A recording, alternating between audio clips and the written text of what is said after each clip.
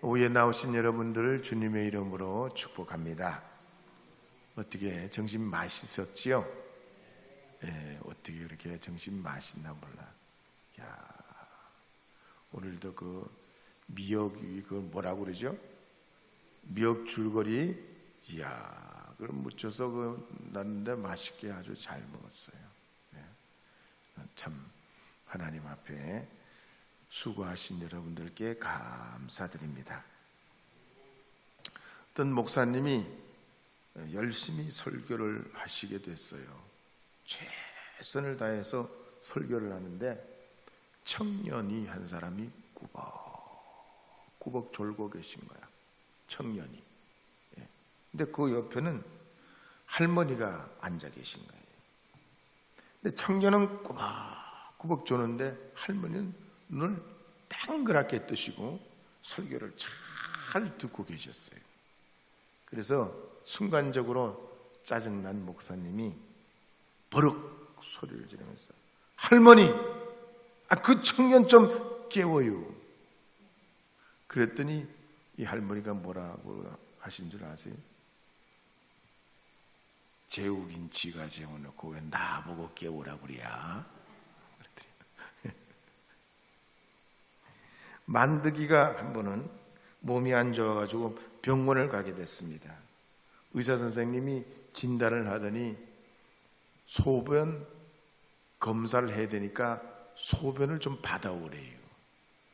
그래서 소변을 받아가지고 오는데 오는 길에 간호사하고 이렇게 잘못 부딪혀가지고 받은 소변을 그냥 쏟아버린 거 아니에요.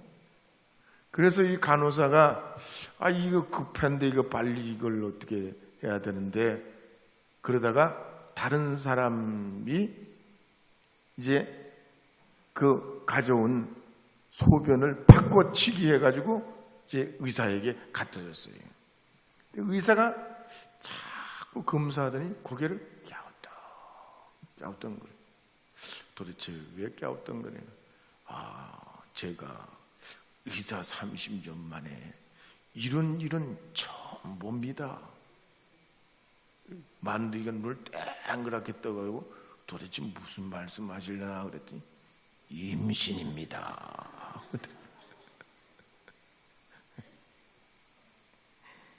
여러분, 우리가 하나님 은혜로 살아갈 적에 특히 이런저런 일들이 많잖아요. 그것도 보면 여러 사람들이 함께 살아가면서 겪게 될 때 이런 일도 만나고 저런 일도 만나고, 때로는 그게 참 갈등의 요인도 되지만 지나고 보면 또 하나님 은혜인 줄 믿습니다. 오늘 우리 임민숙 권사님이 드럼을 어떻게 그렇게 잘 쳐? 박수 한번 보내줘요. 제가 학생들, 청년들, 그리고 어른들, 장년들, 청장년들 제가 많이 훈련을 시켜봤어요. 목회 30년 동안 그런 거 안 해봤겠어요?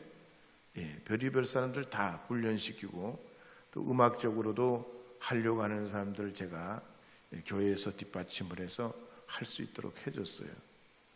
그래서 제가 딱 들으면 알아요. 딱 보면 납니다. 지금은 이제.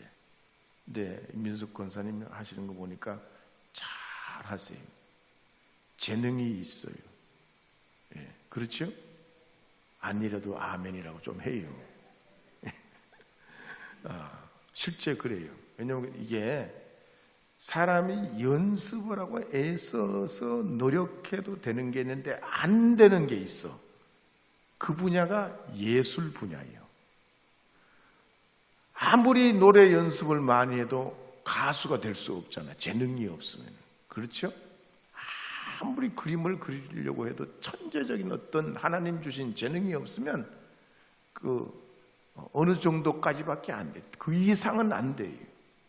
근데 웬만한 분들은 하나님이 각자에게 주신 은사가 있는데 그걸 잘 교회를 통해서 갖고 또 그 다음에 그걸 성장시키면 자기에게도 성취감이 되고 많은 분들에게 유익을 주고 하나님께는 영광이 되게 되는 줄 믿으시기 바랍니다. 그런 의미에서 잘 하셨다는 거예요. 잘 하실 수 있다는 거예요. 하나님이 또 그렇게 써주실 줄 믿습니다. 이제 누가복음 19장 12절 13절 말씀 함께 읽어보겠습니다. 12절 13절입니다. 그리시되 어떤 귀인이 왕위를 받아가지고 오려고 먼 나라로 갈 때에 그 열 종을 불러 은화 열 문화를 주며 이르되 내가 돌아올 때까지 장사하라 하니라. 지금은 그렇지 않지만 성경 시대 때는 로마 제국이 엄청나게 넓었어요. 그러니까 세계 대제국이에요. 그러니까 유대 지역에서 뭐 다스리고 왕이 되거나 아니면 어떤 일정 거기 지역에서 작은 왕이 되려면 그 전체를 다스리는 제국의 황제 앞에 가서 아련을 하고, 말하자면 인정을 받아야 왕으로서 비로소 역할을 할 수가 있어요. 그래서 오늘 본문에도 보면 어떤 귀인이 왕위를 받아가지고 오려고 먼 나라로 갈 때에라고 해요. 근데 뭐라고 합니까?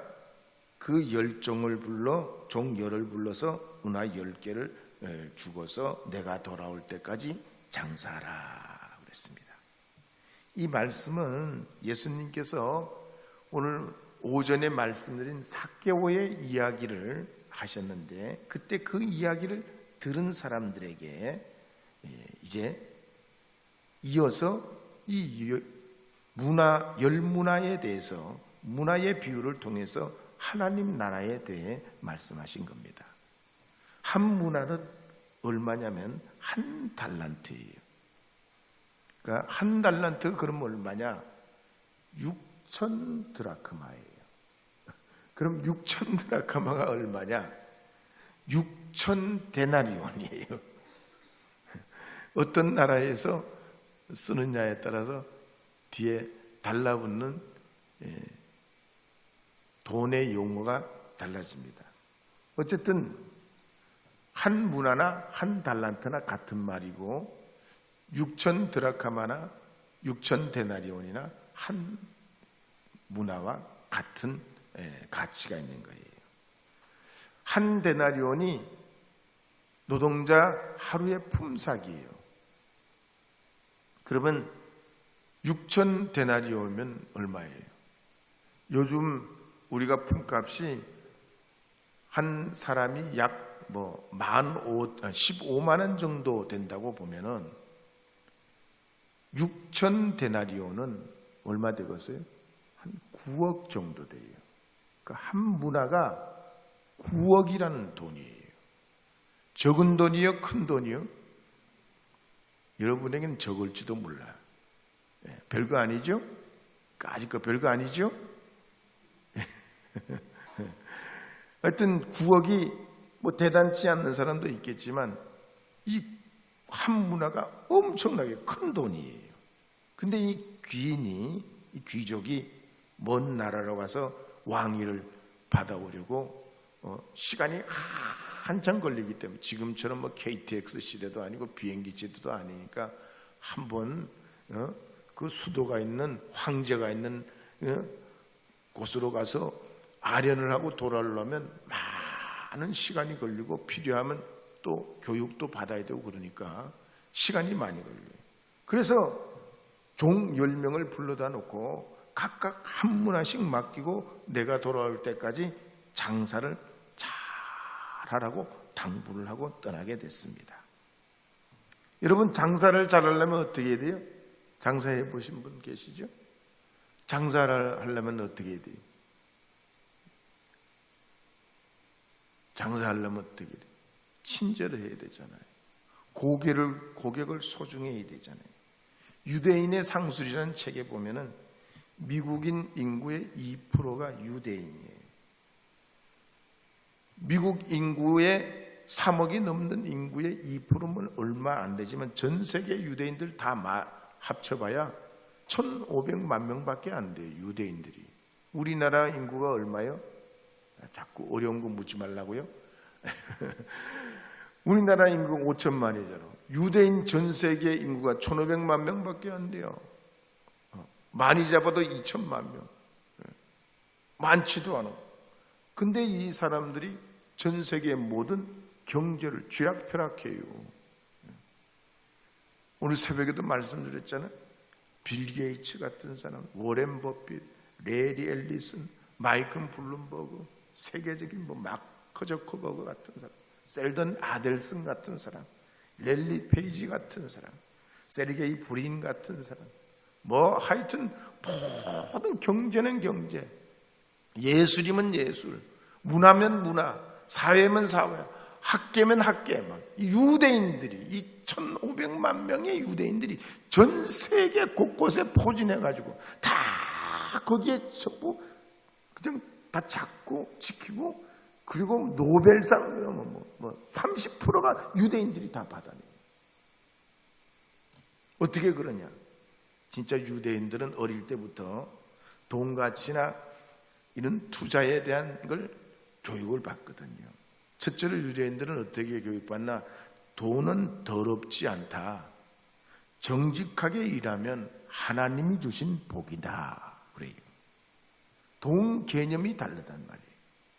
우린 돈은 나쁘다, 악하다, 더럽다, 돈에 대한 생각 자체가 벌써 부정적이고, 또 그걸 이상하게 불신하고 나쁘게 되면 악한 것처럼 그렇게 잘못 생각하고 돈에 대한 이해가 잘못되면 당연히 경제적인 이런 전망과 경제적인 생활에서 잘 열려지질 않습니다.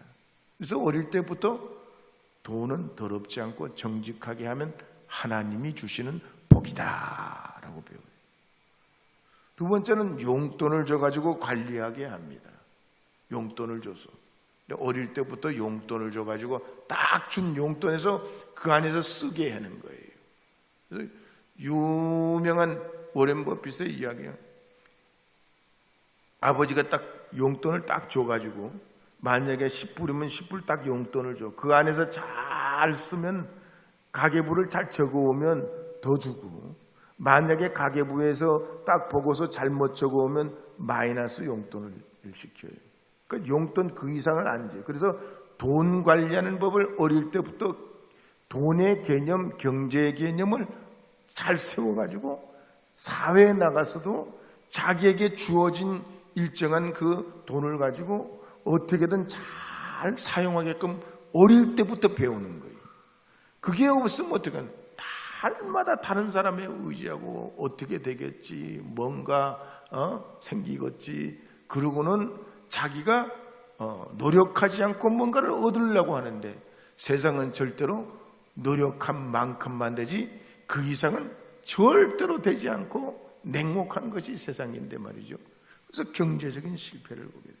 또 뿐만 아니라 유대인들은 10의 1조를 기부하는 훈련을 꼭 시킵니다. 성경에도 10의 1조가 나오지만 10의 1조를 해서 사회를 위해서 헌신하게끔 합니다.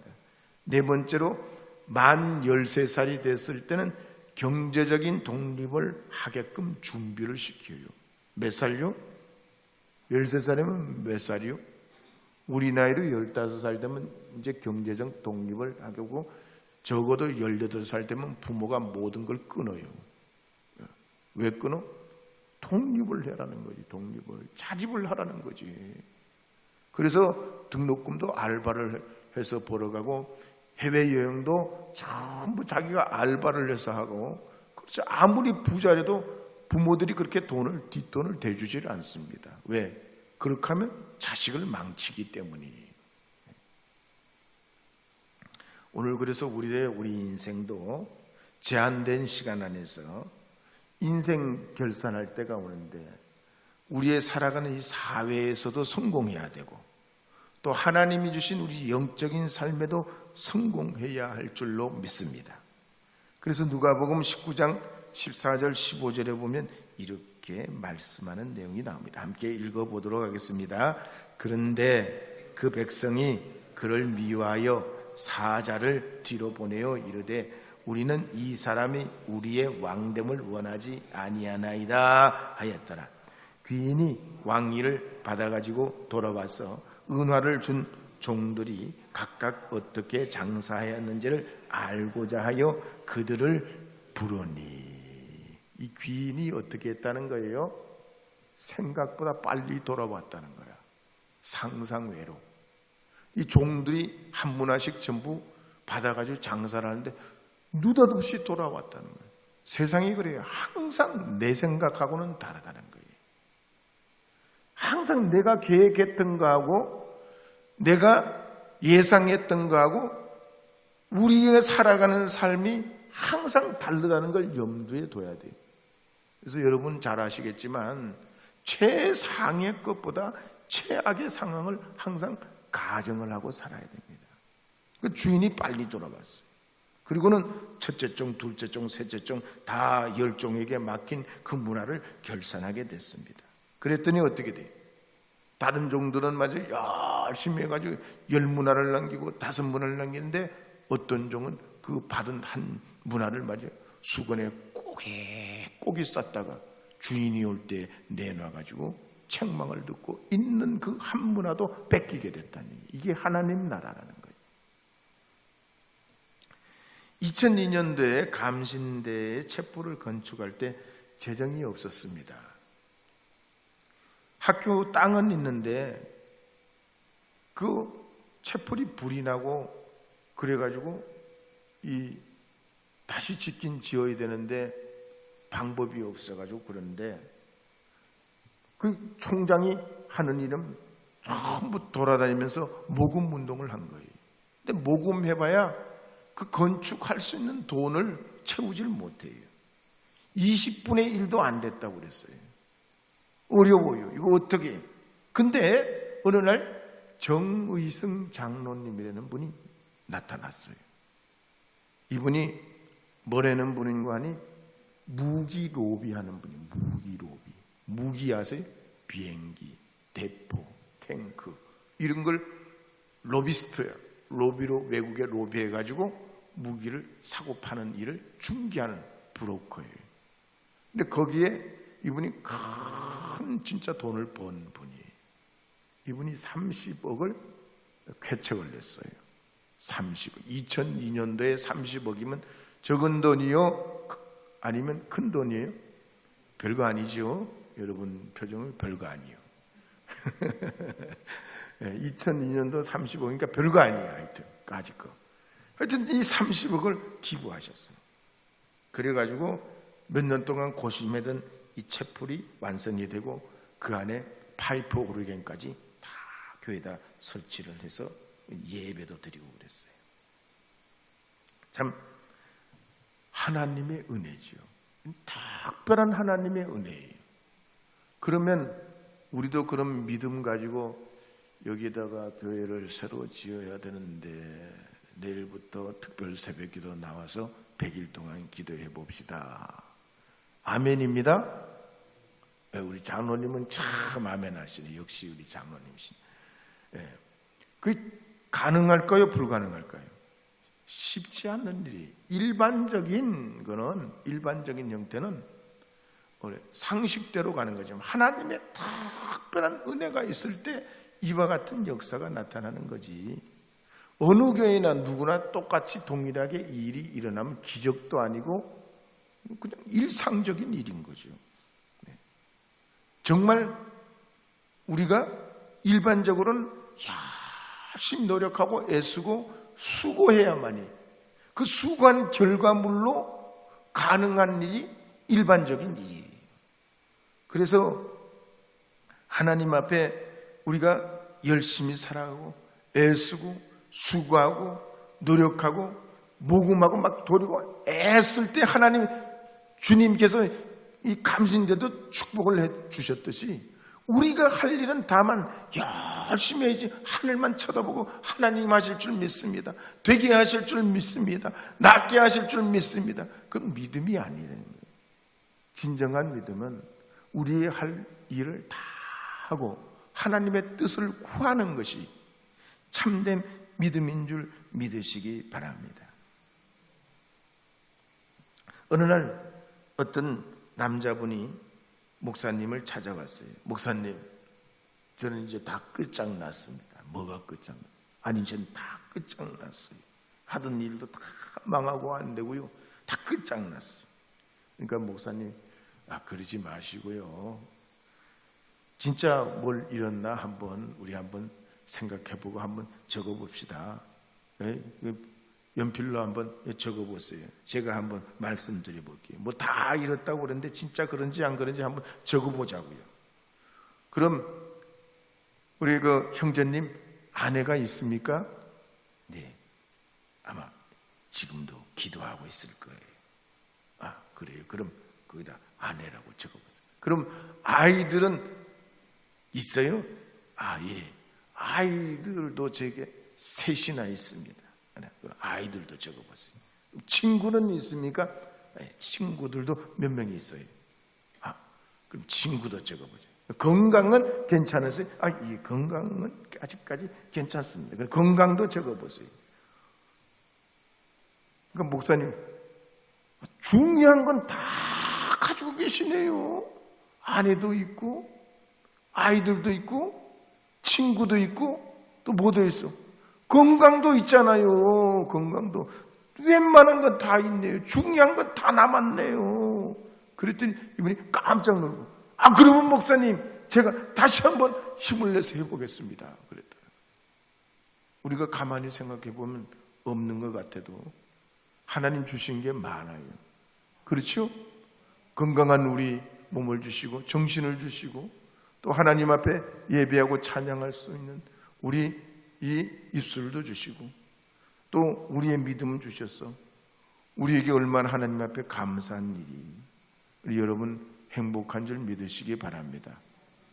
한번 옆에 분에게 자랑해요. 저는 행복하답니다. 장로님 권사님도 행복하세요. 행복해. 따지고 보면 우리가 없는 것 같아도 그렇지 하나님 주신 게 많이 있어요.